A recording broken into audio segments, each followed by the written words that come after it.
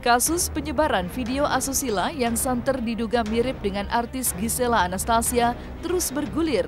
Hingga kini, pihak penyidik Polda Metro Jaya telah menetapkan 2 orang sebagai tersangka karena dianggap turut andil secara masif dalam penyebaran video tak pantas itu.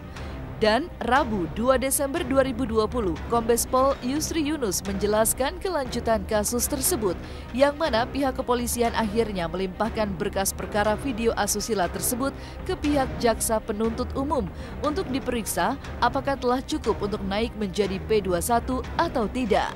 Selain itu, polisi juga tetap menunggu hasil dari analisa forensik wajah demi mengungkap pelaku yang berada di dalam video panas tersebut. Sampai dengan saat ini kita memang masih menunggu saksi ahli forensik wajah ya. Kemarin saya sampaikan, kemudian sambil melengkapi berkas perkara yang ada untuk tersangka yang masih menyebarkan saudara PP dan MN. 2 orang tersangka yang sudah kita tahan sekarang ini sudah kita limpahkan ke JPU ke tahap 1 sambil kita menunggu nanti bagaimana hasil koreksi dari JPU nanti. Kemudian rencana kita ke depan, setelah mungkin kita dapatkan hasil daripada forensik, baru kita bisa merencanakan apa kelanjutan daripada penyidik untuk melengkapi atau membuat terang perkara ini. Karena memang sekarang kita masih mengejar siapa sih yang pertama menyebarkan video tersebut, serta mencari siapa sih yang ada video ini. Hanya masih kita menunggu dari hasil daripada ahli forensik dan juga ahli keterangan ahli yang lain. Hari ini ya limpahkan ke sana sambil menunggu hasil dari JPU nanti apa perlu harus dilengkapi lagi nanti akan kita menunggu dari hasil JPU.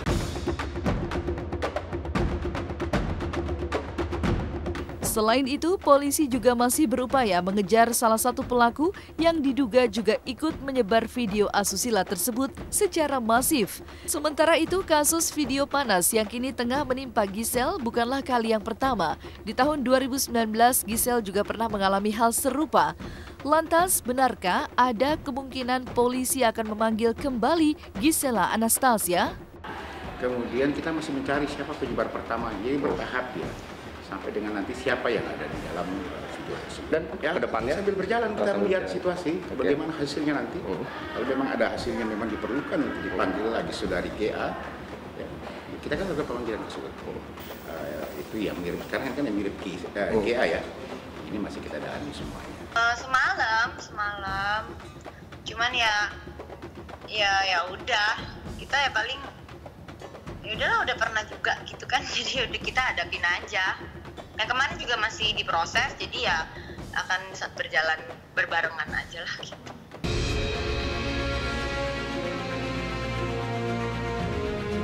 Sebelumnya, 17 November lalu, Giselle telah memenuhi panggilan polisi dengan menjalani pemeriksaan sebagai saksi di Polda Metro Jaya. Namun, saat keluar dari Polda, Giselle yang saat itu didampingi kuasa hukumnya tak langsung memberikan klarifikasinya atau bantahannya.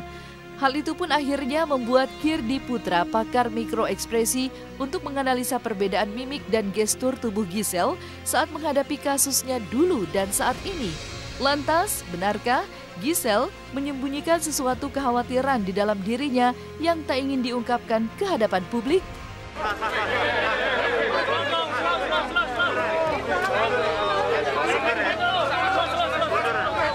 Kalau misalnya bagi Giselle sambil jalan nggak mau aja statement, ikutin aja prosedurnya sebagai warga negara yang baik, datang kita ikutin aja. Oke. Terima kasih. Iya, enggak, jawab aja tadi berapa pertanyaan saya. Berapa pertanyaan Kak Giselle? Gimana Kak Giselle tadi di dalam Kak Giselle?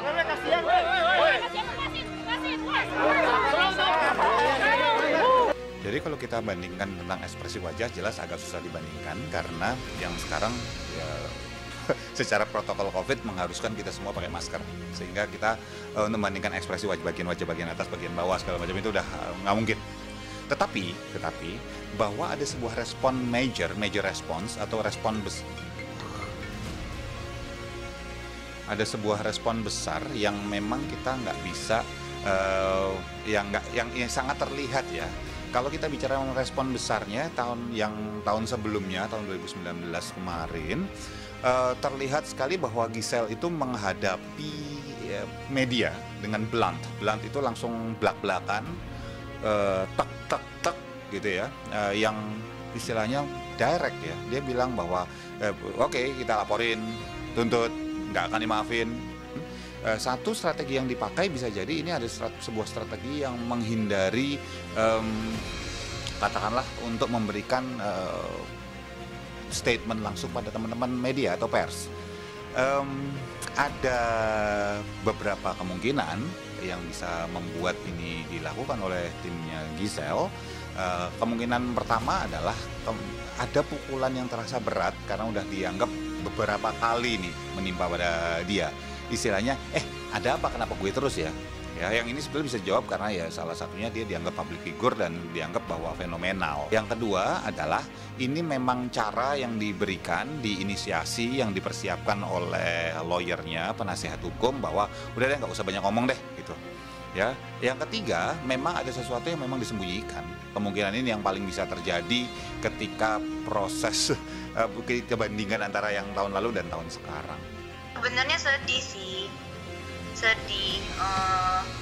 berkali-kali lagi kan gitu. Cuman kemudian kalau anak-anak gimana gitu, kalau ngelihat kayaknya langganan banget. Iya, cuman ya udahlah gitu. Gak apa-apa, yang penting kan aku yang tahu, maksudnya kehidupannya kan kita yang jaga.